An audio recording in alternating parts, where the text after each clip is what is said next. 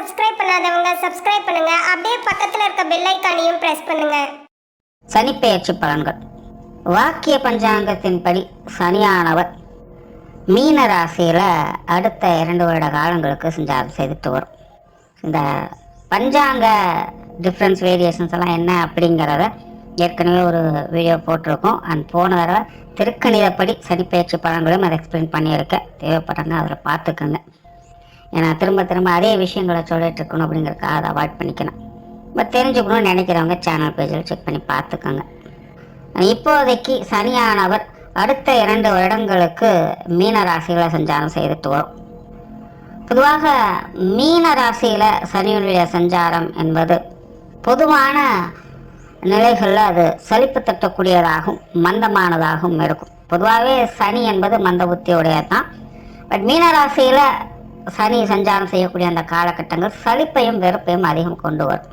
அதனால தான் பொதுவான வாழ்க்கையில் ஆல்ரெடி 1 வருட காலம் அப்படிங்கிறது எல்லாருக்குமே சலிப்பு தட்டக்கூடிய விஷயங்களாக இருந்து என்னதான் எல்லா விஷயங்களும் உங்களுக்கு அடுத்த நிலைகளுக்கு மாறி வந்தாலும் கூட சென்டர் ஆஃப் கிராவிட்டி அப்படிங்கிற மாதிரி திரும்ப வெறுப்பும் சலிப்பும் ஏதோ ஒரு வகையில் எல்லாருக்குள்ளேயும் நுழைஞ்சிருது. அதை அவாய்ட் பண்ணுற முடியறதில்ல, ஒதுக்கவும் முடியறதில்ல. ஏதோ மற்ற கிரகங்களுடைய நிலைகளாலும் பலத்தாலும் தான் என்னதான் வாழ்க்கை சலிப்பு தட்டக்கூடியதாக இருந்தாலும் சில ஆட்டப்பாட்டம் கொண்டாட்டங்களையும் அங்கங்கே பார்த்துக்கிட்டு வரும். ஒருவேளை அதுவும் கை கொடுக்கல அப்படின்னா டோட்டலாகவே எல்லாமே டம்ப் ஆகிடும். ஸோ மற்ற கிரகங்களுடைய நிலைகள் உண்மையிலே ஓரளவுக்கு எல்லாமே கை கொடுத்துட்டு வந்துட்டு தான் இருக்குது. அதுலேயும் இந்த 2026 குரு பேச்சு இருக்குது. இந்த குரு உச்சகதியும் அடைகிறாங்க. இங்கே சனியும் குருவும் நவபஞ்சம யோகத்தில் செயல்பட்டு வருவாங்க.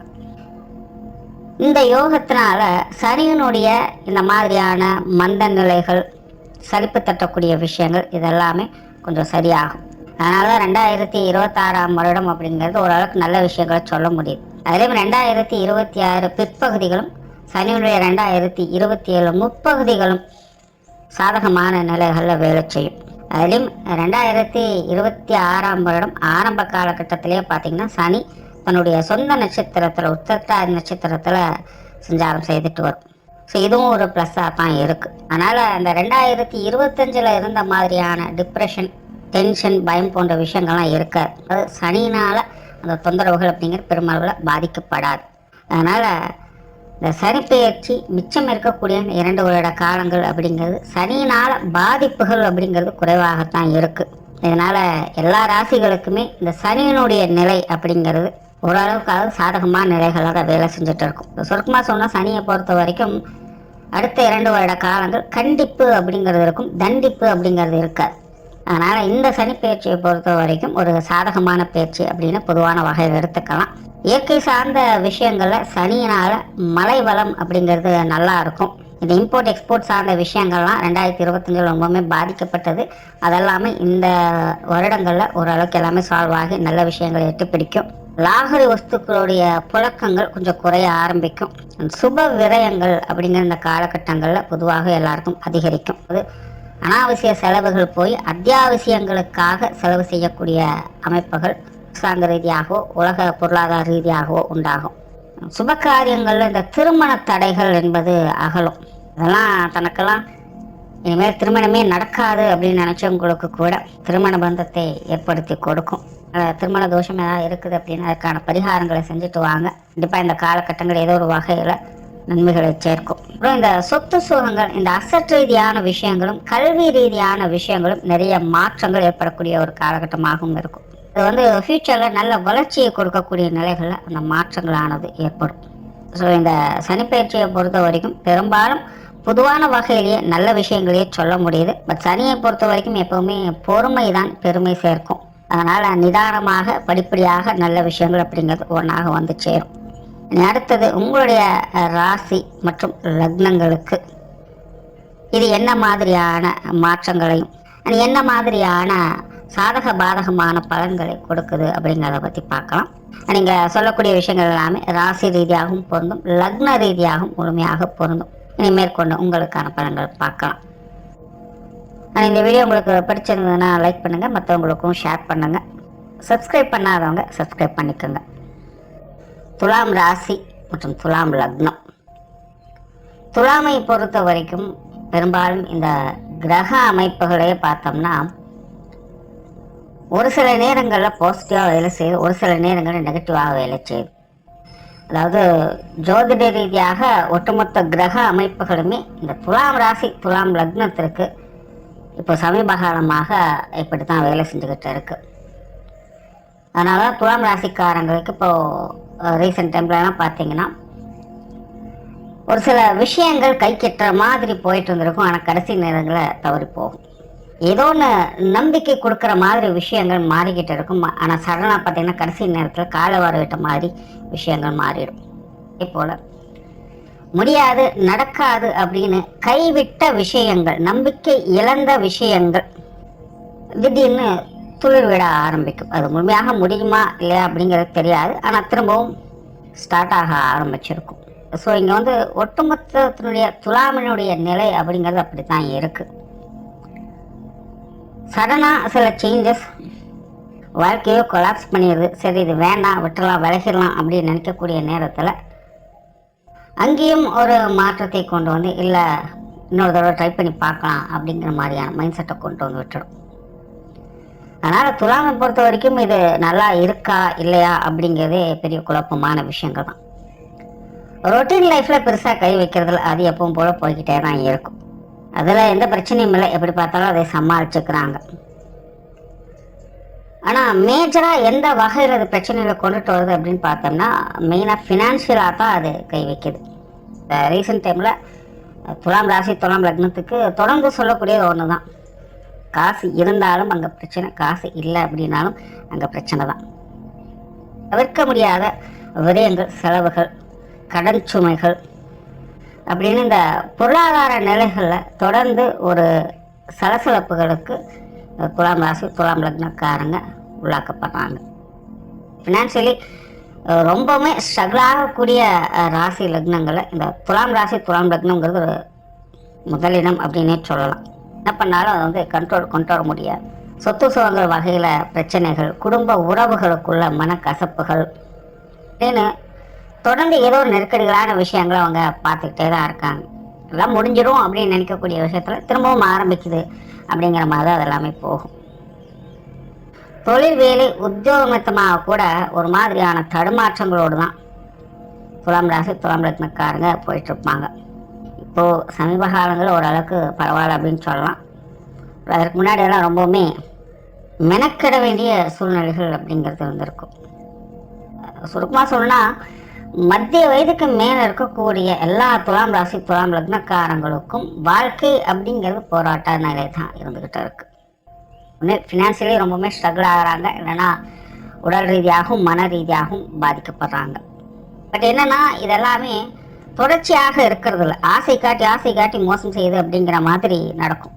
உட பிரச்சனை முடிஞ்சதுப்பா, நீ இருந்துச்சுன்னா ஓகே எல்லாம் முடிஞ்சது, நம்ம பாட்டுக்கு நீ அடுத்த வேலை பார்க்கலாம் அப்படின்னு நினைக்கிறோம். ஆனால் திடீர்னு வேற ஒரு பிரச்சனை வர ஆரம்பிச்சிடுது. அதையும் அப்படி இப்படின்னு எப்படியோ சரி பண்ண ஆரம்பிக்கிறாங்க, அது முடிஞ்சா இன்னொன்று ஆரம்பிக்குது. ஸோ இப்படி தொடர்ச்சியாக போய்கிட்டே இருக்குது. இதனால் ஒரு மாதிரியான சலிப்பும் வெறுப்பும் நாளுக்கு நாள் அதை அதிகப்படுத்திக்கிட்டே இருக்கு. தனக்கு பின்னாடி இருக்கிறவங்கலாம் இப்போ முன்னேறி போயிட்டுருக்குறாங்களே, நம்மளால முடியலையே அப்படின்னு ஒரு மாதிரியான வருத்தத்தோடு இந்த துலாம் ராசி துலாம் லக்னக்காரங்க தனித்த நிலையில் அவங்களுடைய வாழ்க்கையில் ஒரு மாதிரி ஃப்ரஸ்ட்ரேஷன் அப்படிங்கிறது தொடர்ந்து பார்த்துக்கிட்டு தான் இருக்காங்க. வெளியே அவங்க எப்படி வேணாலும் இருக்கலாம், உள்ளுக்குள்ளே தனிப்பட்ட முறையில் கஷ்டப்படாத துலாம் ராசி துலாம் லக்னக்காரங்க கிடையாது. அப்படிங்கிற நிலையை தான் இந்த கிரக நிலைகள் தொடர்ந்து கொடுத்து கொண்டு இருக்கு. ஏதோ இந்த மாத கிரகங்களுடைய மாற்றங்கள் இருக்கிறதுனால அப்பப்போ ஒரு சில நல்ல விஷயங்களை கலகலப்பான சூழ்நிலையை அவங்க பார்த்துட்டு வர்றாங்க. இந்த மாற்றங்களும் இல்லை அப்படின்னா இவங்களுக்கு உண்மையிலே ரொம்பவுமே சிரமம்தான். இப்படிப்பட்ட சூழ்நிலை இந்த சனியினுடைய மாற்றம், சனியை பொறுத்த வரைக்கும் இப்போதைக்கு துலாம் ராசிக்கு 6ஆம் இடத்துல சஞ்சாரம் செய்துட்டு வருது. சனியானவர் துலாம் ராசிக்கு 4ஆம் இடத்திற்கும் 5ஆம் இடத்திற்கும் அதிபதியாக வரக்கூடியவங்க. அவர் இப்போ மறைவு ஸ்தானத்தில் சஞ்சாரம் செய்கிறாங்க. ஸோ இது மெயினாக இந்த சனியினுடைய மாற்றத்தாலே நிறைய சங்கடங்கள் அப்படிங்கிறது தொடர்ச்சியாக இருக்குது. பெரும்பாலும் எல்லா கிரகங்களுமே கொஞ்சம் பிரச்சனை பண்ணிட்டு தான் இருக்குது. இதில் இந்த சனியினுடைய தாக்கம் அப்படிங்கிறது அதிகமாக இருக்குது. திருப்தியற்ற சூழ்நிலையை அது உருவாக்கிட்டு இருக்கும். மனசுக்கு இஷ்டப்பட்டதை பிடிச்சதை அதை செய்ய விடாமல் தடுத்துக்கிட்டே இருக்கும். சார் அது என்னதான் நல்லதே நடந்தாலும் கூட சந்தோஷமே இல்லை அப்படிங்கிற ஒரு மைண்ட் செட்டை தான் அதை கொண்டு வரும். ஸோ சனியனுடைய மிச்சம் இருக்கக்கூடிய இந்த 2 வருட காலங்கள் அப்படிங்கிறது ஓரளவுக்கு கொஞ்சம் கண்ட்ரோல் ஆகும் அப்படின்னு சொல்லலாம். ஏன்னா முன்னாடியே சொன்ன மாதிரி சனி இனி குருனுடைய பார்வையில் வர ஆரம்பிப்பாங்க. சனியனுடைய நிலைகளும் கொஞ்சம் சாதகமான சஞ்சாரத்தில் அமையுது. இதனால் முடக்கமாக இருக்கக்கூடிய விஷயங்கள் அப்படிங்கிறது இனி சாதகமாக மாறும். உங்களுடைய வாழ்க்கையில் ஒரு சில நல்ல முன்னேற்றமான விஷயங்களை எதிர்பார்க்கலாம். பட் ஸ்டில் அகலக்கால் வைக்காதீங்க. எதுவாக இருந்தாலும் பொறுமையோடும் நிதானத்தோடும் கையாளுறது நல்லது. ஏன்னா துலாமை பொறுத்த வரைக்கும் இப்போதைக்கு எதிலும் நம்பகத்தன்மை அப்படிங்கிறது குறைவு தான். அதனால் ஒரு சில நல்ல விஷயங்களை எதிர்பார்க்கலாம். அதை முழுசாக அக்செப்ட் பண்ணவும் முடியாது. இனியெல்லாம் எந்த பிரச்சனையும் இல்லை, எல்லாம் சேஞ்ச் ஆகிடும் அப்படின்னு சொல்கிறதுக்கு இல்லை.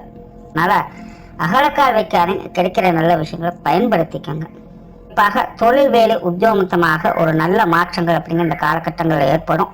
நல்ல வேலை வாய்ப்புகள், தொழில் வாய்ப்புகள் போன்ற விஷயங்கள் சிறப்பாக அமையும். அதில் உங்களுடைய திறமையை வெளிக்காட்டக்கூடிய அமைப்புகள் உருவாகும். குறிப்பாக இனி வரக்கூடிய காலகட்டங்களில் துலாம் ராசி, துலாம் லக்னத்தை சேர்ந்தவங்க தொழில் வேலை உத்தியோகத்தில் நல்ல சிறப்பாக செயல்படக்கூடிய அமைப்புகள் இருக்கும். உங்களால் மற்றவங்களுக்கு பயன் தரக்கூடிய விஷயங்கள் அதிகமாக இருக்கும். இதனால் மற்றவங்க உங்களை யூஸ் பண்ணிக்கவே செய்வாங்க. அதனால் உங்களுக்கும் நற்பலன்கள் அப்படிங்கிறது சேரும். நிறைய புண்ணிய காரியங்களில் ஈடுபடுவீங்க, தான தர்ம காரியங்களில் ஈடுபட்டு வருவீங்க. அதெல்லாமே உங்களுக்கு சாதகமான அமைப்புகளாக மாறும். புதிய வேலைவாய்ப்புகள், தொழில் வாய்ப்புகள் போன்ற விஷயங்கள் கூட சாதகமாகவே இருக்கும். பொருளாதார நிலைகள் ஏற்பட்டு வந்த சங்கடங்கள், குறைபாடுகள் இதெல்லாமே இனி ஒரு நல்ல நிலைகளுக்கு மாற ஆரம்பிக்கும். ஸோ கடந்த 2-3 வருடங்களாக இருந்த அளவுக்குலாம் இனி பிரச்சனைகள் இருக்காது. ஓரளவுக்கு எல்லாத்தையுமே கஸ்டமைஸ் பண்ணிப்பீங்க. பொருள் வரவுகள் அப்படிங்கிறது கொஞ்சம் திருப்திகரமாகவே இருக்கும். ரொம்ப ஸ்ட்ரகிள் இல்லை, ஏதோ சமாளிச்சிட்டோம் அப்படின்னு நினைக்காவது இந்த காசு பண்ண விஷயங்கள் உங்களுக்கு ஓரளவுக்கு சப்போர்ட் பண்ணிட்டு தான் இருக்கும். கடன் சார்ந்த விஷயங்கள் கொடுப்பதாலும் சரி வாங்கலாம் சரி, அதில் கொஞ்சம் கவனம் எடுத்துக்கோங்க. கைமீறி இந்த காரியங்கள் இறங்க வேண்டாம், தொல்லைகள் தான். எப்போவுமே இந்த 6ஆம் இடத்துல சனி போகும்பொழுது இது எல்லாருக்குமே பெரிய தொந்தரவாகத்தான் அமையும். துலாம் ராசிக்காரங்க இந்த கடன் சார்ந்த விஷயங்களை முடிஞ்ச அளவுக்கு அவாய்ட் பண்ணவே பாருங்கள். அதே நேரம் அடுத்த 2 வருட காலங்களுக்கு உங்களுடைய தனிப்பட்ட நிலையில் பொருளாதார நிலை அப்படிங்கிறது கொஞ்சம் சாதகமான நிலைகளுக்கு மாறவும் ஆரம்பிக்கும். முன்னாடி இந்த அளவுக்குலாம் ரொம்ப ஸ்ட்ரகிளெல்லாம் இருக்காது, சமாளிச்சுப்பீங்க. உற்றார் உறவினர்கள், நண்பர்கள் வகையில் சங்கடங்கள் தொடர்ந்து இருக்கத்தான் செய்யும். சூழ்நிலை சந்தர்ப்பம் பார்த்து அனுசரித்து போய்க்கங்க. அப்புறமா இந்த 6ஆம் இடத்துல சனி வரக்கூடிய காலகட்டங்கள் அப்படிங்கிறது எப்போவுமே பிரச்சனை தான். நம்பியவர்களை ஏமாற்றக்கூடிய நிலைகள் ஏற்படும். அதனால் அந்த மாதிரியான விஷயங்கள்லாம் கொஞ்சம் தவிர்க்கவே பாருங்கள். உற்றார் உறவினர்கள், நண்பர்கள் வகையில் சங்கடங்களை வளர்த்துக்காதீங்க. இப்போதைய நிலையில் அவங்க கை கொஞ்சம் ஓங்கி தான் இருக்கும். காலம் கணிஞ்சு வரும்போது அவங்களுடைய நிலையும் மாற ஆரம்பிக்கும். அப்போ பார்த்துக்கலாம். இது இப்போதைக்கு உங்களுக்கு அமைதியாக இருக்க வேண்டிய ஒரு காலம். மாணவர்களுக்கு கல்வி வித்தை சார்ந்த விஷயங்கள் சாதகமாகவே இருக்கும். மாணவர்களுடைய தேவைகள் பூர்த்தியாகும். மாணவர்கள் படிக்கக்கூடிய இடங்களை யாரிடம் சண்டையிட வேண்டாம், விரோதங்களை வளர்த்து கொள்ள வேண்டாம். நண்பர்கள் வகையில் கருத்து வேற்றுமைகளை உண்டாக்கிக்காருங்க. இந்த விஷயங்களை மட்டும் மாணவர்கள் கவனமாக இருங்க. இப்போ இந்த போட்டி பந்தயங்கள் வரும்பொழுது இடையில யாராவது கொஞ்சம் தேவையில்லாத சங்கடங்களை கொடுத்துட்ருப்பாங்க. அதெல்லாம் பெருசுப்படுத்திக்காதீங்க. உங்கள் மேலே உங்களுக்கு நம்பிக்கை இருந்தால் உங்களுக்கு வெற்றி நிச்சயம். ஸோ மாணவர்கள் உங்களுடைய தனித்திறமை மற்றும் முயற்சியால் முன்னேறக்கூடிய ஒரு காலகட்டம். விஷயங்கள், காரியங்கள் உங்களுக்கு சாதகமாகத்தான் இருக்குது. மற்றவங்களோட விரோதங்களை மட்டும் அவாய்ட் பண்ணிக்கோங்க. வெளியூர் மற்றும் வெளிநாடு சம்பந்தப்பட்ட விஷயங்கள் துலாம் ராசி, துலாம் லக்னக்காரங்களுக்கு சாதகமாகவே இருக்குது. தொழில் வெளித்தமாக மற்ற விஷயங்கள் எதுவாக இருந்தாலும் வெளிநாடு சம்பந்தப்பட்ட விஷயங்கள் ரொம்பவுமே சாதகமாக இருக்குது. வெளியூர் சார்ந்த விஷயங்கள் கூட முயற்சிகளை கேட்டு நல்ல பலன்களை கொடுத்துக்கிட்டு வரும். குடும்ப விஷயங்கள், காரங்கள் இந்த சனி பயிற்சிக்கு அப்புறம் ஒரு சிறப்பான விஷயங்களை பார்க்க முடியும். குடும்ப சூழ்நிலைகள் எல்லாமே சமாளிக்கக்கூடிய நிலைகள் தான் இருக்குது. பெருசாக சங்கடங்கள் எதுவும் இல்லை. பெரும்பாலும் துலாம் ராசிக்காரங்க, துலாம் லக்னக்காரங்க எல்லாருமே பார்த்தீங்கன்னா விட்டு கொடுத்து போகிறது குடும்ப விஷயங்களுக்காகத்தான் இருக்குது. மற்றதில் கூட கொஞ்சம் ஏட்டிக்கு போட்டியாக முறைப்பச்சுட்டு போயிடுவாங்க.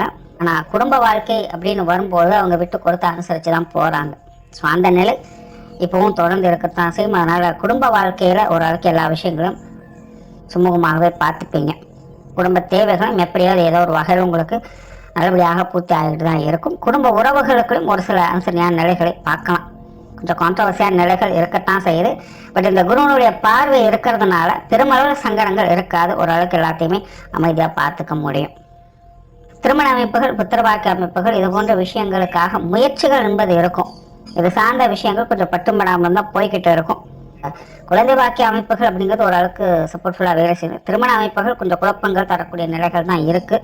2 வருட காலங்களில் சனி வந்து அப்பப்போ வக்ர நிலை, அதிசார நிலை பெறுவாங்க. ஸோ அந்த காலகட்டங்கள் அந்த திருமண விஷயங்கள் அப்படிங்கிறது கொஞ்சம் கைக்கூடி வரும்.